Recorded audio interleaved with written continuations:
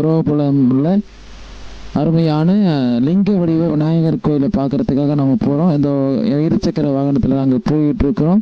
வாகனங்களை கடந்து நானும் கார்த்தியண்ணன் மற்றும் ஒளிப்பதிவாளரோடு சென்று கொண்டிருக்கின்றோம்.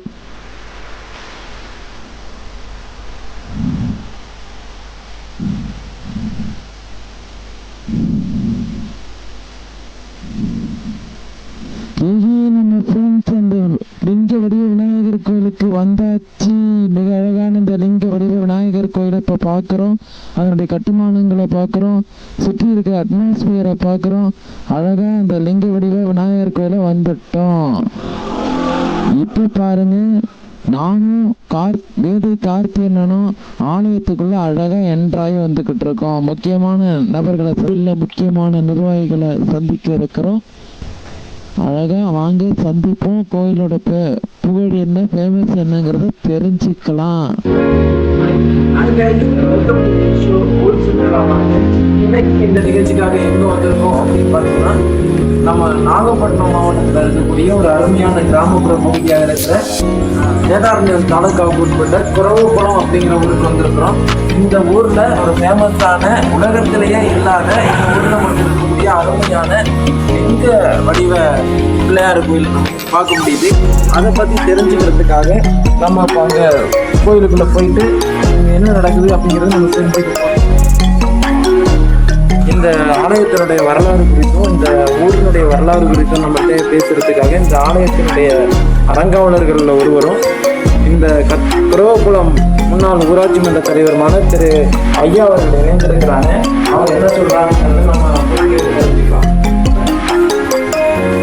இந்த ஆலயம் எப்போ கட்டப்பட்டுச்சு, இது இந்த லிங்க வடிவில் கட்டணுங்கிறதுக்கான ஐடியா எப்படி உங்களுக்கு தோணுச்சு?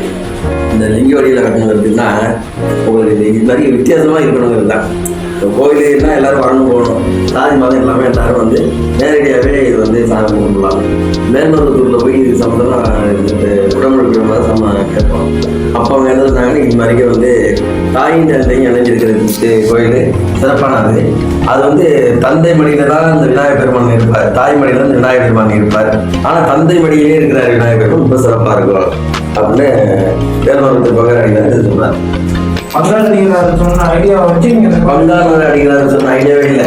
நாங்களாம் செஞ்சது வந்து இது கும்பாபிஷேகமாக போய் கேட்டோம். அவர்கிட்ட கும்பாபிஷேகம் வந்தாங்க.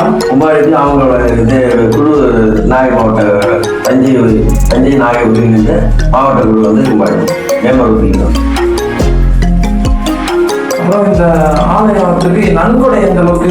நன்கொடை வந்து எங்கள் தான் வசூல் பண்ணோம். கிராமவாசிகள், பொதுமக்கள், வெளியிலிருந்து உள்ளவங்களுக்கு வளர்த்துறேன். நம்ம அப்படியே பார்த்துட்டு இருக்கும்போது பாத்தீங்கன்னா, இந்த பிள்ளையார் கோயில்கள்ல மாலை இருக்கிறது பெரிய விஷயமா இருக்கு. இங்க பாத்தீங்கன்னா அருமையா இந்த ஒரு மாலையில வச்சிருக்காங்க. இதை எதுக்காக வச்சிருக்காங்கிறது நம்ம ஐயா வந்து கேட்டுக்கோம். இந்த மாலை எதுக்காக ஐயா? இந்த மாலை வந்து ஒவ்வொரு வருஷ கடைசிலையும் வந்து ஒவ்வொரு இங்கிலீஷ் டிசம்பர் மாத கடைசியில் வந்து டிசம்பர் கடைசி மாதம் அந்த வருஷத்துல கடைசியில் வந்து ஒவ்வொரு வருஷமும் பிள்ளையார் இங்கேருந்து மாவட்டத்துக்கு ஒரு 24 வருஷமா போயிருக்கோம். அவங்க இங்க குரவக்குளத்துல இருந்து மாலை மட்டும் எடுப்போம், பஸ் எடுப்போம்.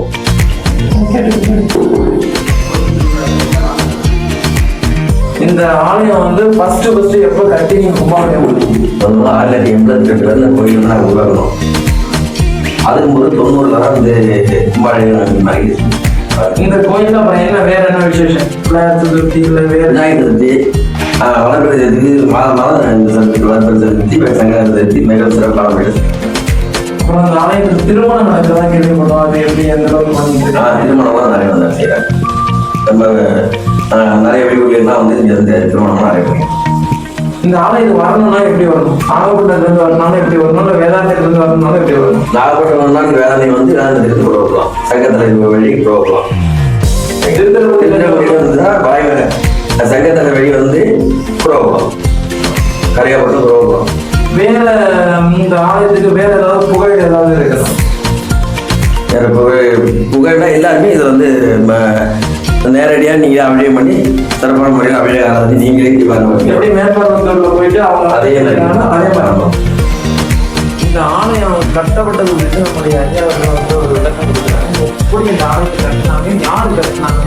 யாதவர்களுக்கு ஒரு வயசானவர் கோயில் சாமி போனாரு. அவருக்கு ஒரே பத்தினாவே இவ்வளோ திட்டம். அதே பத்தின இது வந்து ஃபுல்லாக எந்த இடத்துல இன்ஜினியரிங் மெத்தட் இது இந்த தூக்கி மட்டும் சமைச்சாரு. இது இல்லை சொல்லுங்க, அதை மட்டும் சமைச்சாரு. பாக்கியெல்லாம் ஒரே பத்தினா. இது பார்த்தீங்கன்னா ஒரு இன்ஜினியரிங்கே வந்து இந்த அளவுக்கு வடிவமைப்பாங்களாங்கிறது ஒரு டவுட்டாக தான் அது இருக்கு. இது இப்போ வேற ஒரு ஆள் என்ன செய்வது மாதிரி இந்த ஃபுல்லாக மண்ணை நிரப்பி அதுக்கு மேலாம் கட்டணும்ல, அது அப்படின்னு கல்லை வச்சு கட்டிக்கிட்டே வந்துருக்கு. கல்லை வச்சு கட்டி இந்த லிங்கமா ஒன்று காங்கிரீட் இது இல்லை, ஃபுல்லாக செங்கல் தான். ஃபுல்லாகவே வந்து எந்த விதமான காங்கிரீட் செங்கல்லாலே நீங்கள் கட்டி இது மட்டும் இங்கே இருக்க அது அடி பீடம் மட்டும் சுதந்திரம் நடக்கிற ஏரியா மட்டும் காங்கிரீட் பண்ணி இப்போ தஞ்சாவூர் பெரிய கோயிலை பொறுத்த வரைக்கும் பார்த்தீங்கன்னா எந்த இடத்துலையும் இன்ஜினியரிங் வந்து சேர்ந்து பார்க்குற அளவுக்கு நம்ம கோயிலையும் வடிவமைச்சிருக்கிறீங்கிறது ஒரு பெரிய சிறப்பு.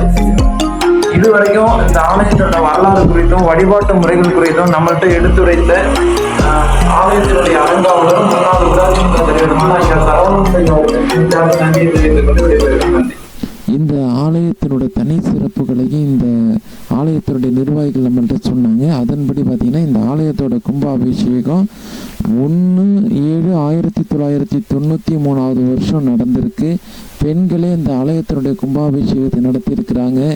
மேல்மருவத்தூர் அன்னை ஆதிபராசக்தி சித்தர்வேடத்தின் விதிகள் படி பெண்களே இந்த கும்பாபிஷேகத்தை நடத்துகிற சூழலில் அன்றைக்கு கும்பாபிஷேகம் நடைபெற்று கொண்டிருக்கிற போது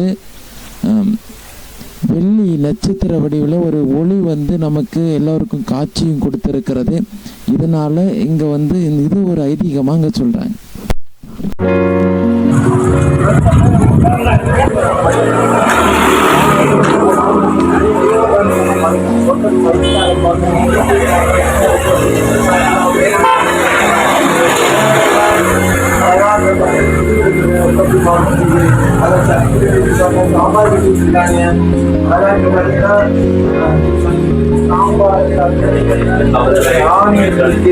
அழகா சிக்கன் 65 போடுறது சிக்கன் எடுத்து வச்சிருக்கிறாங்க. அப்படியே இந்த பக்கம் பார்த்தீங்கன்னா கொஞ்சம் நிறைய ப்ரிஃபரன்ஸ் வந்து அதிகம் பண்ணிட்டு இது போடுறது அப்படியே கேரட் இப்போ வந்து ரைஸ் போடுறதுக்கு கேரட்டை திரும்பி வச்சு மானங்கிட்ட பையல மானங்கிட்ட பையல உனக்கு அறிவு இருக்கிற அறிவிட்ட பையல செத்த பையல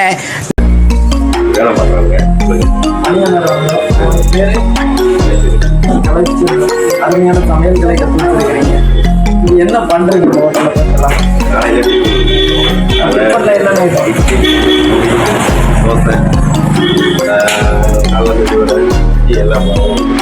எத்தனை மணிக்கு கிடைக்கும்? மதியம்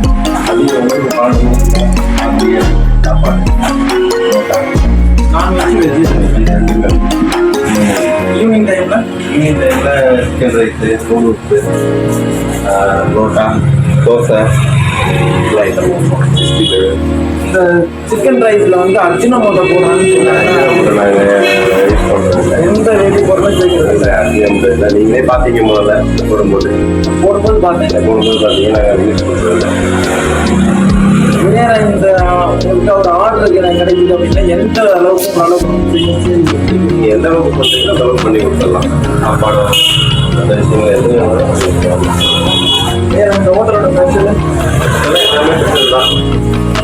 ஒன்றும் காலை டிஃபனு சாப்பாடு எல்லாமே நீங்கள் சாப்பிட்டு பார்த்தீங்க எப்படி இருந்தது? டேஸ்டாக இருந்துச்சு. நான் இது வரைக்கும் ரைஸ் சாப்பிட்டதுல இது நல்ல ஒரு டேஸ்டாக இருக்கும். வித்தியாசமான ஒரு என்ன பண்ணியிருக்கோம். வேற என்ன பண்ணுறீங்க? ஆர்டர் எல்லாமே ரைஸு, சிக்கன் ரைஸு எல்லாமே எல்லாத்துக்கும் ஆர்டர் பண்ணுவோம். கல்யாணத்துலேருந்து எல்லாமே எல்லாமே அப்படியே ஆர்டர் பண்ணலாம். ஊனை அப்படியே அடிப்படை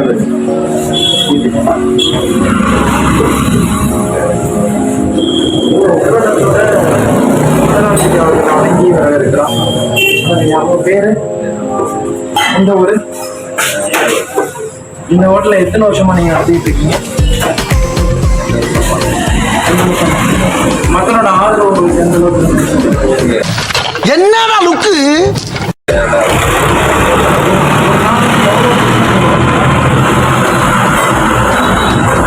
ஒரு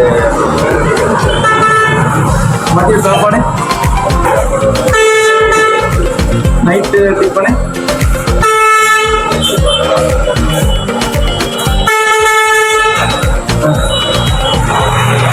அப்படியே நம்ம 5 ஸ்டார் ஹோட்டலில் எப்படி ரைஸ் போடுறாங்கிறத பார்ப்போம். ஒரு ஹாஃப் ரைஸ் மாதிரி எப்ப பார்த்தாலும் சோறு சோறு சோறுன்னு.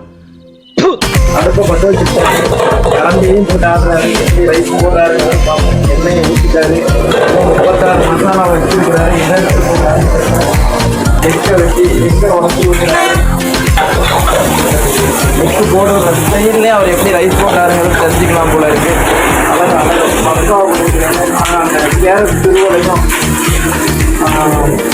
முட்டைக்கோஸ் திருவடையும் ஆனியனை போட்டு வேற லெவலில் பண்ணிட்டு இருக்காரு ரைஸை. வேற டிஷ் என்ன டிஷ் பண்றீங்க காலையில மதியம் நைட்டுக்கெல்லாம்? சாப்பாடு இந்த ஹோட்டலோட ஸ்பெஷலு, இந்த ஹோட்டலோட ஸ்பெஷலு எல்லாமே ஸ்பெஷல் தான், எல்லாமே ஸ்பெஷல் தான். அப்படிங்கிறதுக்குள்ளே சிக்கனை போட்டுட்டாரு. ஆகா, அந்த ரைஸை போட்டு அந்த வானலை ஆட்டும் போது இன்னும் ஒரு டேஸ்ட். ஆகா, அந்த சுவையே தனிச்சுவையாக இருக்கு. இந்த 36 மசாலா வச்சிருக்கிறாரு, எதையும் எடுத்து போடுறாரு. என்ன சொல்றாங்க, அழகா அழகா அந்த ரைஸ் சூப்பராக ரெடி ஆகிட்டு மாட்டேங்குது. ஆனால் சாப்பிட்டு விட்டுறாரு, பக்காவா அருமையா, மிக அருமையா இந்த ரைஸ் மாஸ்க்கு போட்டு விட்டுறாரு. ஃபேமஸ் மாஸ்க்கு பிரதானப்போ ரைஸ் மாஸ்க்கு ரைஸாக போட்டுருக்காரு. பக்காவா அருமையாக கொடுத்துருக்கு. அந்த வாசனைய தூக்குது, அற்புதமா சூப்பரா பக்காவா வாங்குறோம். அப்படியே சாப்பிட்டு பார்ப்போமா?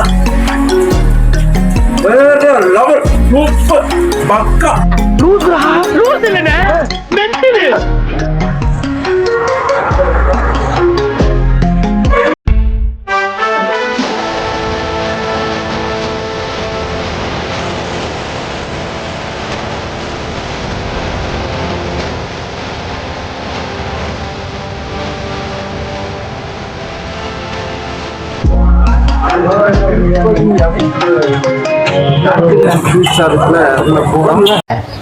இல்ல ஏழை இப்படி பண்றிய கிறுக்கு மெண்டல் பயிலுலா, செத்த பயிலுலா, மூஞ்சி மோரையும் பாரு, மூஞ்சி மோரையும். நிறைய ஸ்வீட்ஸ் வச்சிருக்கிறதும் பேக்கரி ஐட்டம் வச்சிருக்கிறதும்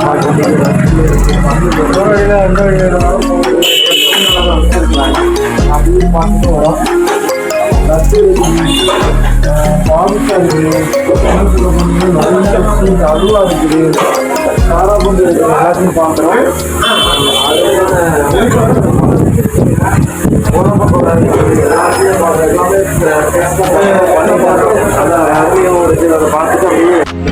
ஒரு கிலோ மைதாவுக்கு 300 டால்டா, 10 கிராம் அரிசி. ஒரு கிலோ மைதாவுக்கு 300 கிராம் டால்டா, 10 கிராம் அரிசி. இதை வச்சு நீங்கள் என்ன பண்ணுவீங்க? எப்படி பண்ணுவீங்க? உருட்டி போட்டு பறிஞ்சு உருட்டி போட்டு உருட்டி வச்சு எண்ணெயில் பொறிச்சு ஜீனில் நினைக்கணும். ஜீரோ பாவில் நினச்சி நெய் முந்திரி எல்லாம் போட்டு வைக்கிறது. 1 கிலோ மைதாவுக்கு எவ்வளோ பாதுஷா வரும்? எத்தனை கிராம் இருக்குல்ல, இல்லை எத்தனை எண்ணிக்கையில் இருக்கும்? 1 கிலோ மைதாவுக்கு 1 கிலோ மைதாவுக்கு 3 கிலோ பாஸ் ஆகும். 3 கிலோ வரும். எண்ணிக்கையில் சொல்ல போனால் எண்ணிக்கையில் பண்ணோம்னா 75 வரும். 75 பாதுஷா வரும், 3 கிலோ இருக்கும். இது எவ்வளோ நாள் வந்து நீங்கள் கெடாமல் இருக்கும்? இது கிடாமல் ஒரு 10 நாளைக்கு இருக்கும்.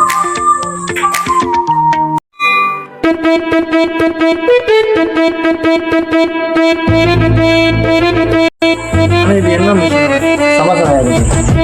சமோசத்தை ரெடி பண்ணுறதுக்கு மிஷின் வந்துருக்கு. இந்த சமோசாவை எங்களுக்காக இந்த மிஷின் தான் நீங்கள் போட்டு காமிக்க முடியுமா? ஏன்னா மாவில் அடிப்பது மாவில் தொட்டி முடிச்சிங்கன்னா மாவில் அடிப்பது 1 மணி நேரத்துக்கு 70 சமோசா அடிக்கலாம். 1 மணி நேரத்துக்கு 70 சமோசா போடுங்க. இது ஒரு சமோசா போடுறீங்களா, அதில் என்னென்ன இன்க்ரீடியன்ஸ் போடுவீங்க? ஆனியன் போடுவோம், வெங்காயம் போடுவோம், கேரட், பீன்ஸு, தக்காளி. ஒரு கிலோ சமோசா செய்யறதுக்கு என்னென்ன தேவைப்படும்? என்னென்ன எந்தெந்த அளவில் தேவைப்படும்? நேரடா செய்யறதுனா அதிகமாக வாங்க உங்களுக்கு. இதே மிஷினில் வந்து கம்மியாக தான் வரும். எல்லாமே வேஸ்டேஜ் மாவு வேஸ்டேஜ்லாம் ஆகாது. அதனால வந்து பீஸ் உங்களுக்கு அதிகம். என்னென்ன தேவைப்படும்? வெங்காயம் எவ்வளவு தேவைப்படும்? இது இந்த பட்டாணி எவ்வளவு தேவைப்படும்? அது அந்த அளவுக்கு அதெல்லாம் இன்னும் எடுத்து ஒரு மாதம் ஆகுது.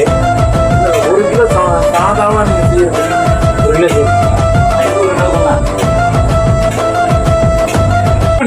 நல்லா இருக்காப்பா போய் தொலையா நாங்க போவோம் இங்கே